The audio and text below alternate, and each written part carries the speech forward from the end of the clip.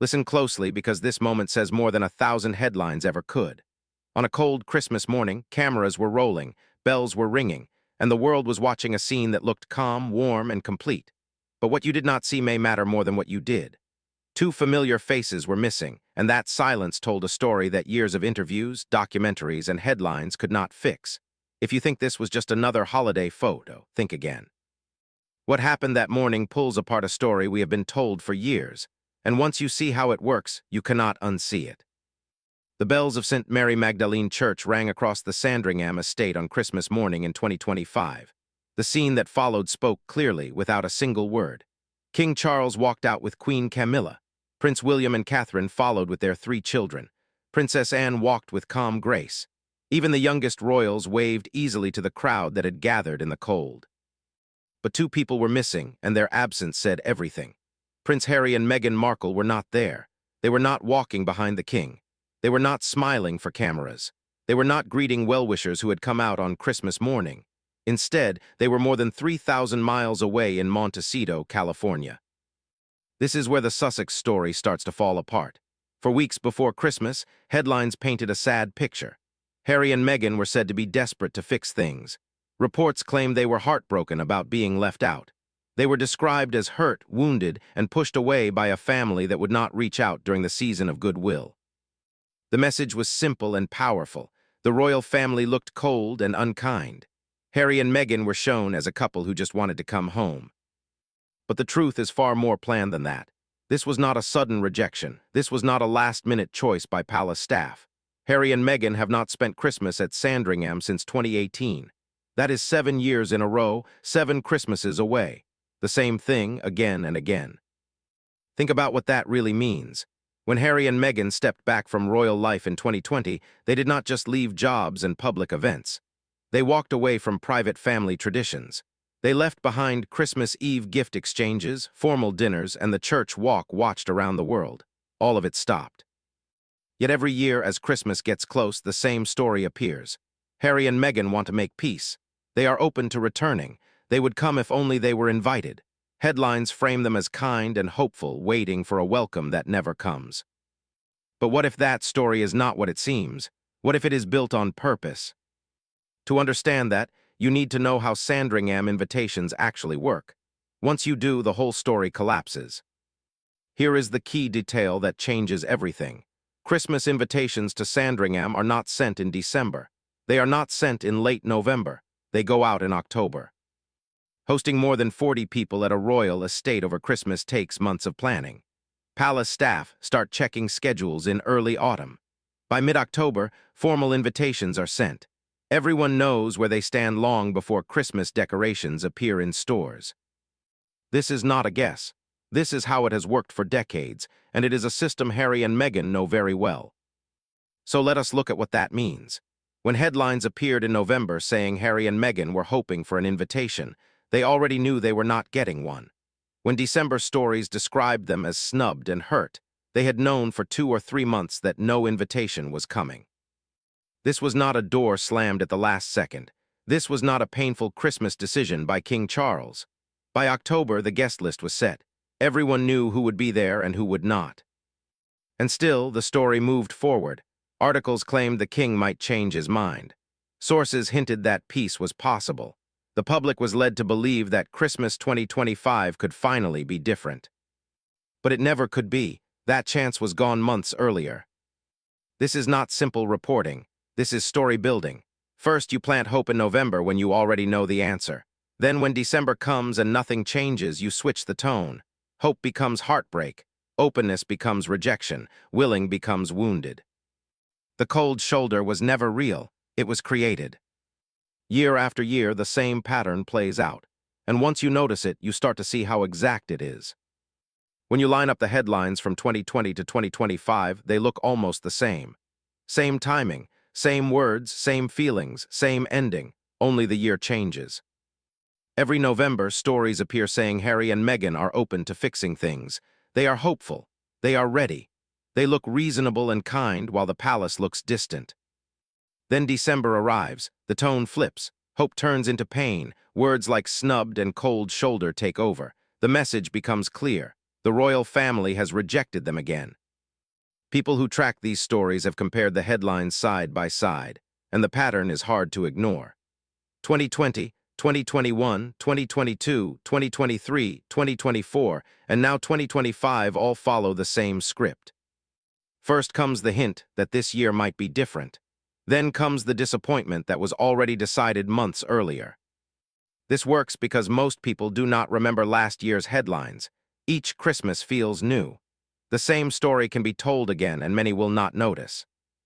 But the record exists. The pattern is clear. This is not natural news. It is a yearly campaign built to create sympathy. And in 2025, a new and troubling element was added. In September, Harry met King Charles in person for the first time in 19 months. Almost immediately, stories appeared describing the meeting as emotional. There were claims of tears, hugs, and healing. The message was clear. This was the start of something new. But palace sources quickly pushed back. They used one sharp word to describe those stories: laughable. That word mattered. It meant the palace was not gently disagreeing. It meant the story was not just stretched. It meant it was made up.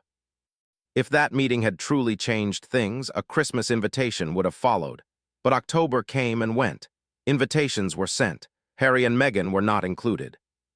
The meeting changed nothing. What it did provide was material. It gave a way to say reconciliation was close. And when Christmas came without an invitation, it made the story seem even crueler. But behind the scenes, nothing had moved at all. While those stories were spreading, Meghan was focused on something very different. Her actions during the autumn months showed where her real attention was. She was not waiting by the phone for a royal invitation. She was not quietly grieving a lost Christmas at Sandringham. She was working. December 2025 became her biggest business moment yet. On December 3rd, Netflix released her holiday series with Love, Meghan. The timing was not accidental. As headlines talked about royal rejection, Meghan was inviting cameras into her Montecito home. She showed her version of holiday joy, with decorations, food, and calm California warmth. It was the image of a lifestyle leader, not someone shut out of family life. Then on Christmas Eve, she made another careful move. She sent out her first-ever holiday newsletter to customers of her lifestyle brand as ever. This was not a simple greeting. It was a planned message meant to build loyalty and connection. She shared personal details about her family's holiday plans: dim sum on Christmas Eve, board games like Scrabble, Sequence, and Candyland planned for Christmas Day.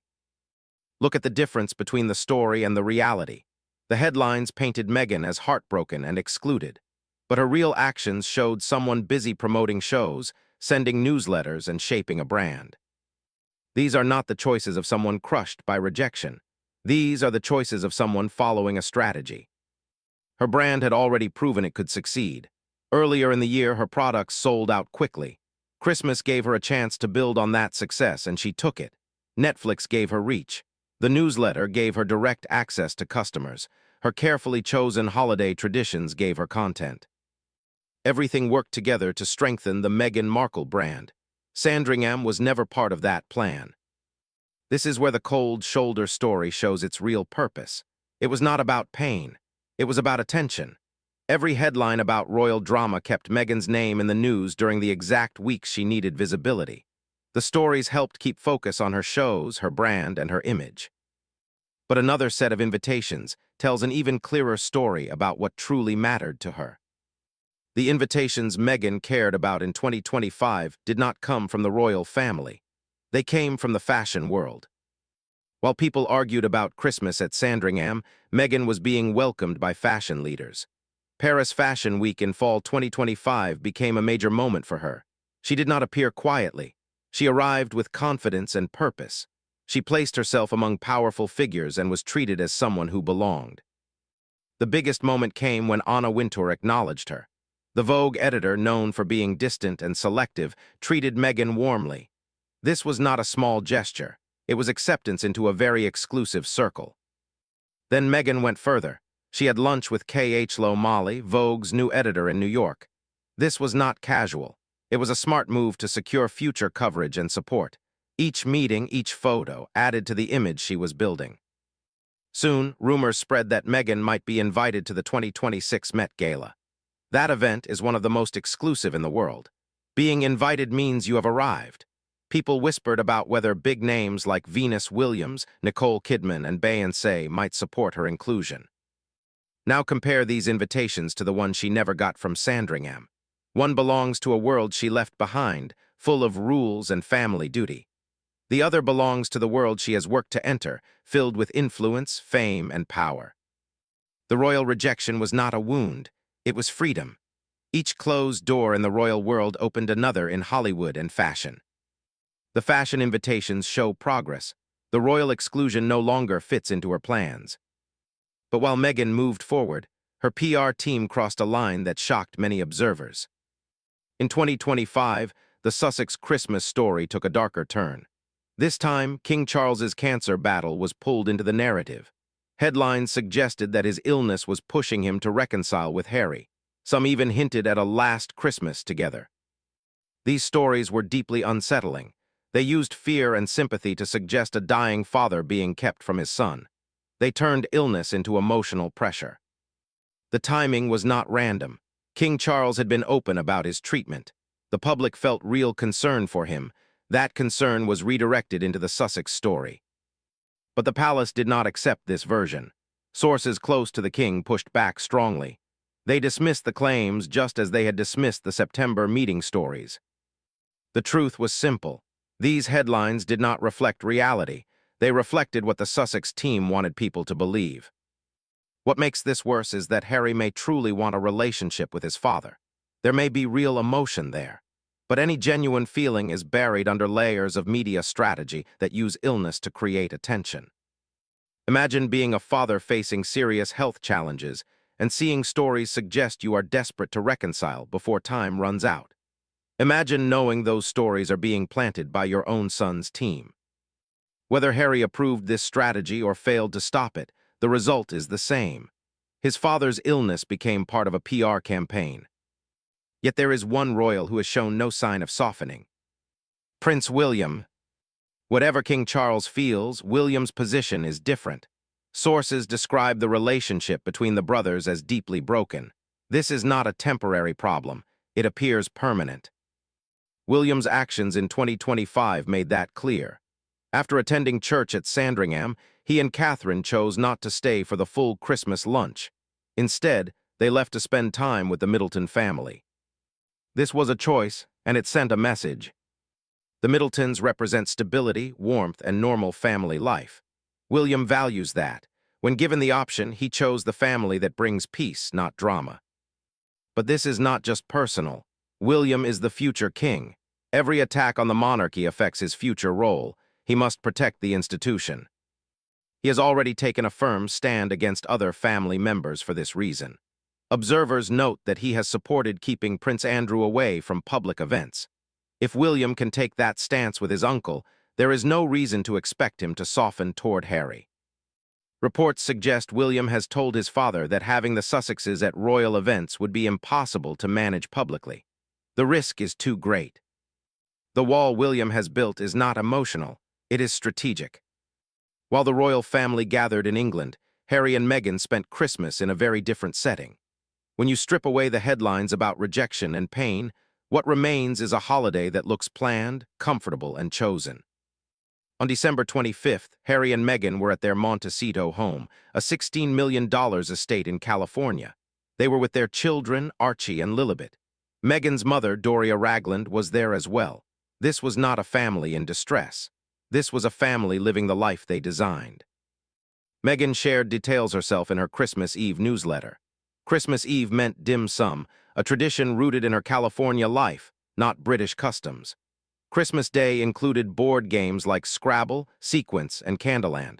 There were personalized advent calendars and special recipes prepared in her kitchen. Everything about this holiday was intentional. Now compare that to the image pushed by tabloid stories. Those stories wanted people to picture Harry longing for Sandringham, missing the church walk and old traditions. They wanted Meghan to seem excluded and hurt, cut off from family during the most meaningful time of year. But that image falls apart when you look at reality.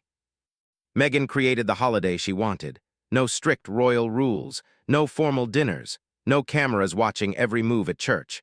The Montecito Christmas followed her preferences and her style. Doria's presence completes the picture. Meghan chose to keep her mother close.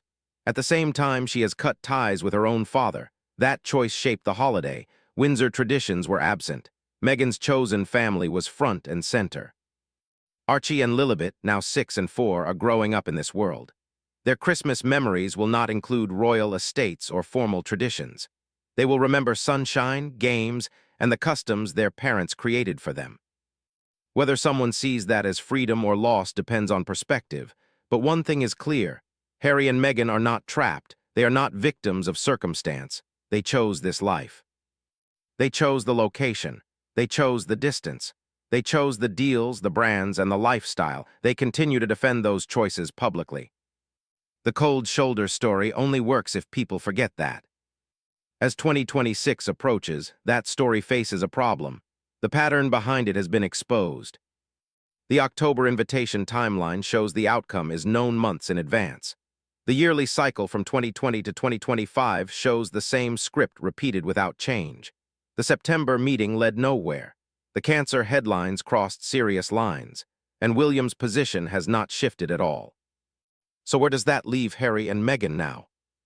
The honest answer is that they are exactly where they have been for years. Meghan is focused on building her brand. The fashion world invitations suggest she is moving closer to the elite status she wants. Netflix remains part of her strategy, even if viewership has not matched expectations. New products will launch. Lifestyle content will continue. Her path leads away from anything royal, and that appears to be the goal. Harry's situation is more complicated. There are signs he wants something different. Reports suggest he is reconnecting with work tied to Invictus, the veterans' organization that mattered to him before his life changed. Insiders say he wants some form of peace with his father before it is too late. Those feelings suggest a man who is not fully at ease. This creates a tension that defines the Sussex story going forward. What Harry may want and what Meghan's strategy requires do not align. Any real move toward reconciliation weakens the victim story that keeps attention on them. Any true healing reduces the conflict that fuels headlines. Some observers believe that real progress will always be blocked. The pattern supports that idea. Private moments quickly become public stories. Potential healing is turned into content. Conflict is kept alive because it is useful. Looking ahead, the next Christmas cycle is easy to predict. November will bring hope. December will bring disappointment. The October invitations will already be decided, but the story will pretend they were not. Same story, new year. But more people are noticing now. The pattern is clear. The script has been exposed, and even the most patient audiences eventually lose interest in a story that never changes.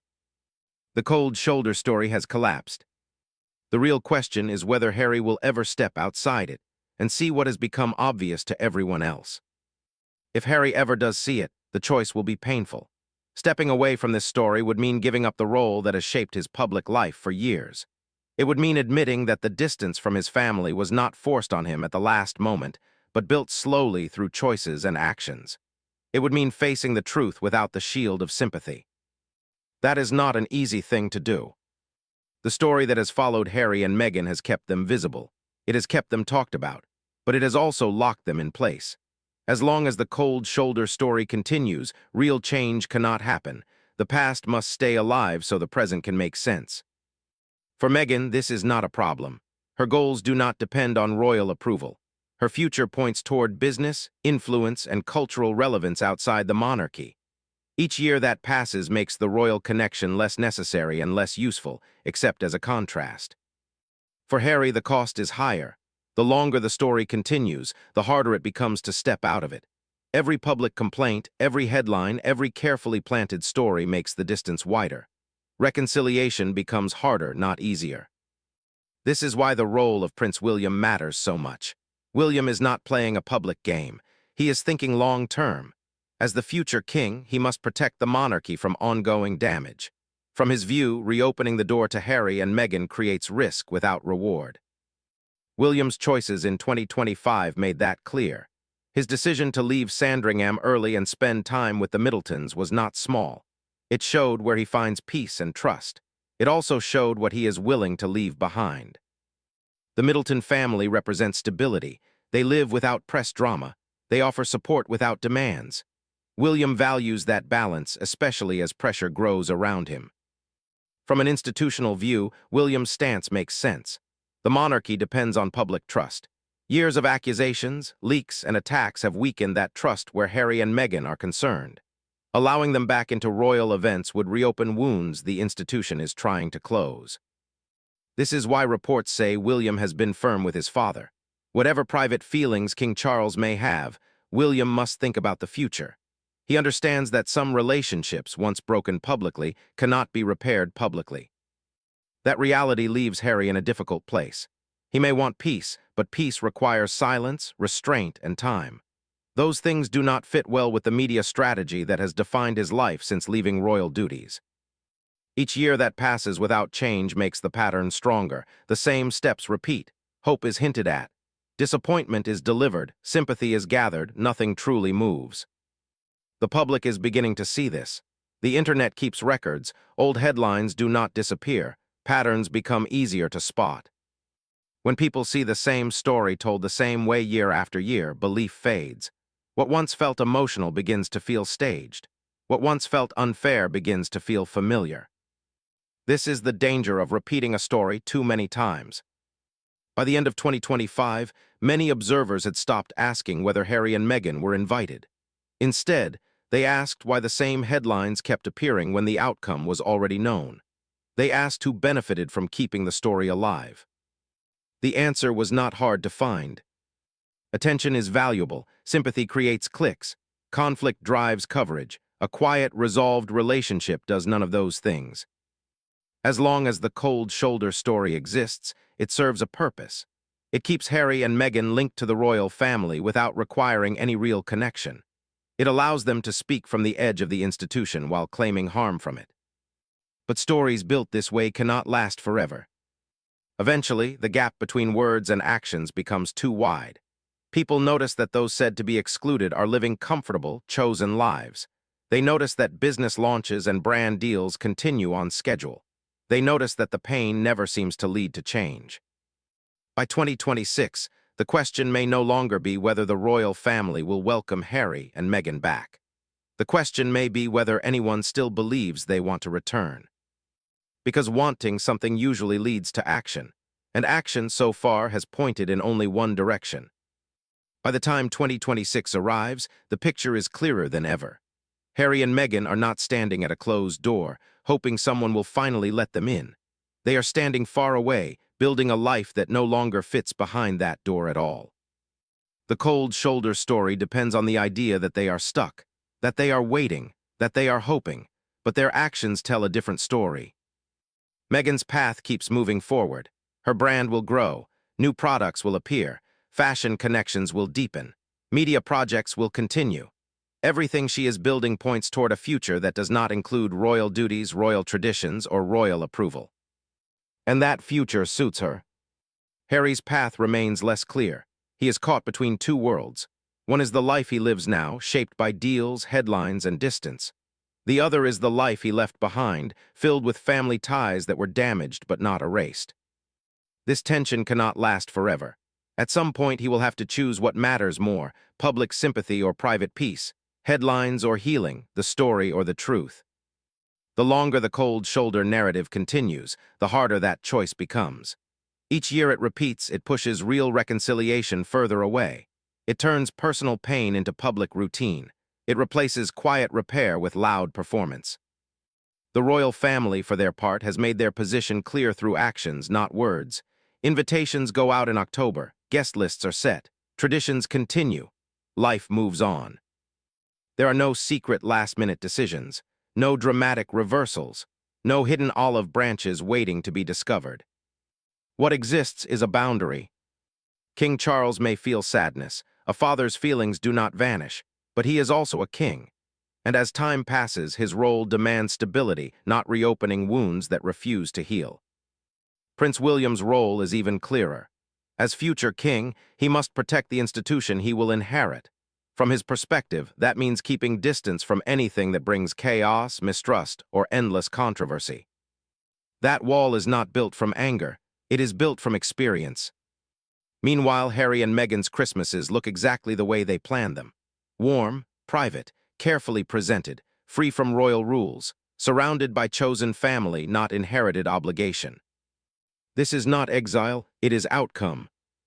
The cold shoulder story asks the public to believe that this outcome was forced on them, that they had no choice, that they are still waiting for a call that never comes. But waiting does not look like brand launches. Waiting does not look like Fashion Week appearances. Waiting does not look like newsletters, shows, and carefully timed releases. Waiting looks quiet, and nothing about this has been quiet. As more people see the full timeline, the story loses power. Once the pattern is visible, it cannot hide again. October decides the ending, November builds hope, December delivers hurt, then the cycle resets. Same story, same beats, same result. At some point, repetition turns into exposure. The cold shoulder story no longer explains what is happening. It explains how the story is told.